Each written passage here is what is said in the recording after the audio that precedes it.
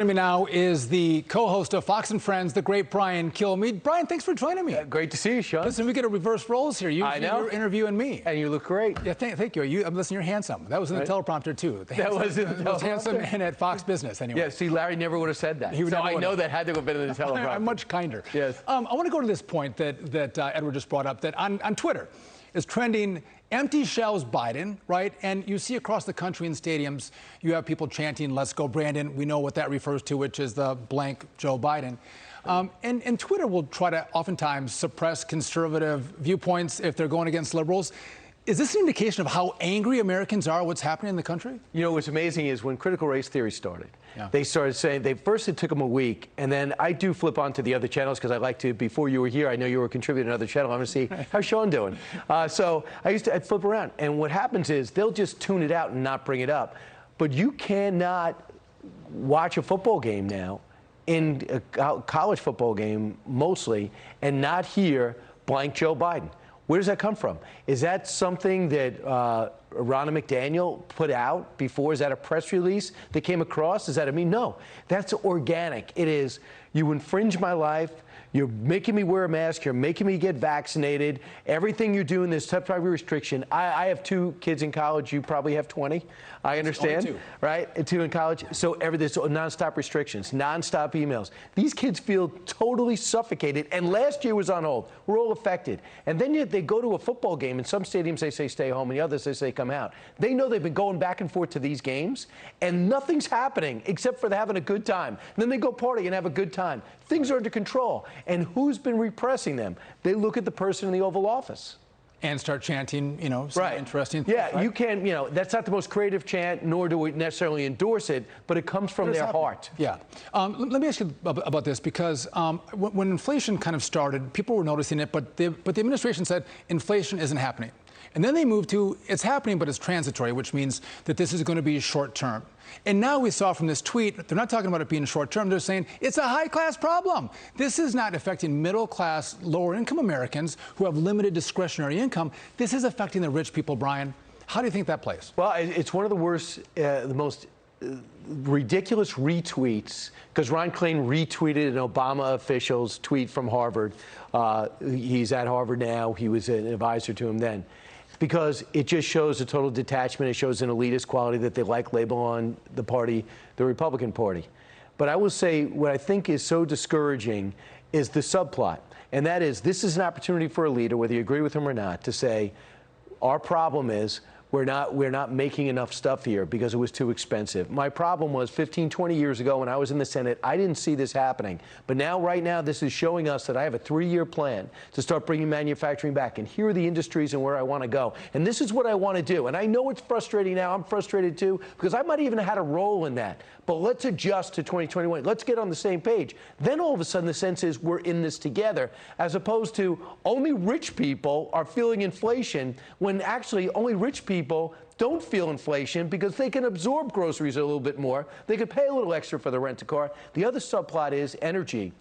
Oil and gas used to be our strength, and they got limited because no more drilling on federal land, no more pipelines are going to go. We're going to dial that back. We're going to reorganize. Got it.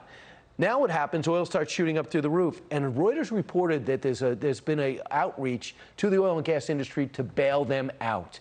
So now oil and gas should say, yeah, but I want a long-term contract. I want 3 years guarantee at this level. Because you know who gets more powerful?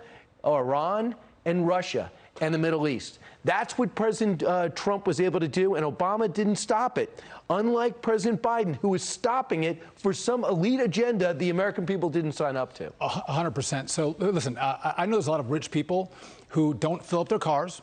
They don't shop for themselves. They don't get out of the car. I have 9 kids. I buy 6 gallons of milk a week. I guarantee you, I know the price of milk and eggs and meat. Even in Wisconsin. I fill up my car. I see the price go from $2.20 to $3.20, and it has a real impact on my budget. And I just think this is so out of touch to say that this is a high-class problem. And it's one of the worst things I've ever seen. It is the way to say that what your problems are not my problems. Right. But go ahead. But also, I think to fix a problem, you have to recognize the problem exists, right? And you can't fix it if you don't know that it's impacting the very people you say you want to help. So let me run this by you. So we're $28 trillion in debt. Right. And this year, Democrats spent $1.9 trillion on a COVID relief package when the last year's COVID money wasn't spent yet. They're going to spend $1.2 trillion on an infrastructure package. And they want to spend $3.5 trillion on a reconciliation package, which Larry Kudlow will tell you it's over $5 trillion. You add all that up, that's $8 trillion of new spending this year alone. And if you borrow and spend and print more money, what impact is that going to have on inflation? It is going to escalate inflation. It's going to extend the inflationary cycle. And people like Larry Summers aren't for this. And here's the thing, Sean, as you know, it's happening behind closed doors. They're not trying to win the American people over. They feel as though they won the American people over by the results of the 2020 election. So it's behind closed doors. They don't care what you think. The problem is, and I think that they don't want to hear it, but Senator Sinema and Senator Manchin deserve the gold medal in terms of patriotism, because they're standing up and saying this makes no sense. 2.5 weeks of pressure, being harassed in Sinema's case into the bathroom and to the airports and out on a marathon day.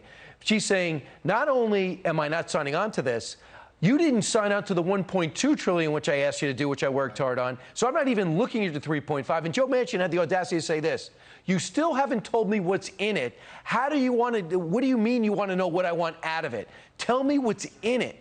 And they're just doing things that the average American lawmaker does. They're representing their state like you did in Wisconsin, and they're not representing their party. And I just appreciate it. That's what the American people need. Be Democrats, but be Americans first. Right. And by the way, I'm not sure how long they can withstand that pressure, specifically Sinema. We're going to talk about that later in the show.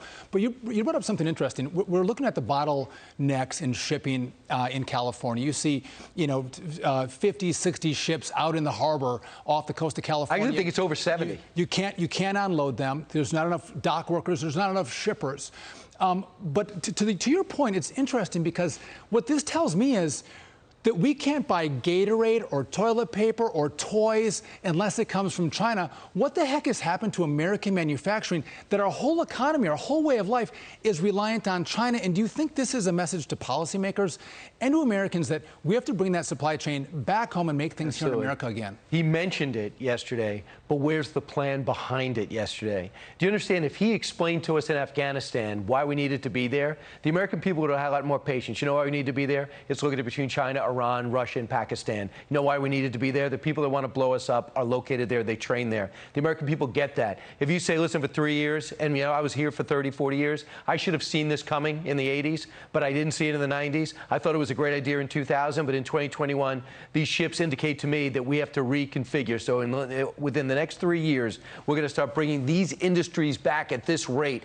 American people are all in for a plan. I wouldn't mind a plan. You can't give me an 8-year plan because you only got 4, but give me a 3-year plan. And then we could be maybe on the same page. But instead, he blames Trump, and then he blames, he says it's only a rich person's problem. And here's the problem, too. If you look at this reconciliation package, you're going to have more Green New Deals, rules, and regulations. You're going to increase taxes and make more companies not come back to America, but more companies are going to leave America and go to more favorable locations where they can manufacture and not be taxed to death or regulated to death. Right. And my last point on this is the reason why I feel good about what I'm about to say is that a Democrat said it. Senator Manchin says there's way too much green energy in this. I'm from an energy state. This is the wrong time to cut back on oil and gas. There's a global shortage. That's reasonable, logical, and not ideological. It is a relief. I hope he holds the line. It's been 2 weeks. And if they can't do it both together in a certain amount of time, the year runs out, the reconciliation clock goes out. It loses steam and the next election comes up. I'm going to give you one piece of advice on how I think we fix at least part of it. We have a big trucking shortage in America. Only 3 things have to happen to fix, trucking, the 18-wheelers that go down the street. You have to increase the hours of service for truckers from 11 hours, go to 12 hours a day. You can increase the weight limits in the truck so they can carry more stuff. Great idea. And we have individuals who are 21 years old. They're the only ones who can drive interstate. Move it down to 18. Right. I was talking to you about this. You can drive a tank, you can shoot a missile, you can die for your country at 18. You should be able to drive an 18-wheeler if you're appropriately trained. We'll get more kids kids out of high school driving truck and moving goods across the country. Those are simple things the administration could do to ease up the burden on truckers and get more product moving. Am I wrong? Or our transportation secretary doing that. You got to put kids in school. You got to put recruiters in schools. Just say, hey, guys, by the way, I know you got college to choose from or a community college that's going to be free, but I just want to give you an opportunity here to let you know you could be making $70,000 or more right out of college. And we will train you in year one, and maybe some of that money towards training those drivers. I think it's effective. Also, William Lajeunesse educated me, even though the president decreed that 24 hours, that one dock is going to be open, which is going to do much, they said it's going to take months in order to get the dock set and the workers laid out in order to even make that open 24 hours. It's been only open 12 hours, and that was only one port. That is not a plan. Trump would have been there with a bullhorn telling these cargo ships where to pull in. He would have been helping dock those the hard ships. hat on. He would have been there. This is not a plan to save Christmas. You're right. I mean, unless you're shopping early, you're not going to be shopping at all. So, right. Brian Kilmeade, thank you for joining me. Right. I appreciate you joining Kudlow today. Absolutely. Now, do you guys have anything in the green room, or should I just go home? Do you have put a spread? Are there Danish or anything at all? Water. Water. That's about water it for you. Okay. Thank you very much. To the green room. Tap. Yeah, exactly. All right, Brian Kilmeade, thank you. Brian Kilmeade's new book, The President and the Freedom Fighter, on shelves November 2nd. Catch him on his book tour kicking off in Charleston, West Virginia on November 7th, Orlando, Florida on November 21st, Point Verde, Florida, December 3rd, Clearwater, Florida, December 4th, and Asbury Park, New Jersey on May 21st of next year. By the way, I've read his last book, and it is awesome. It's their page turner, so order early.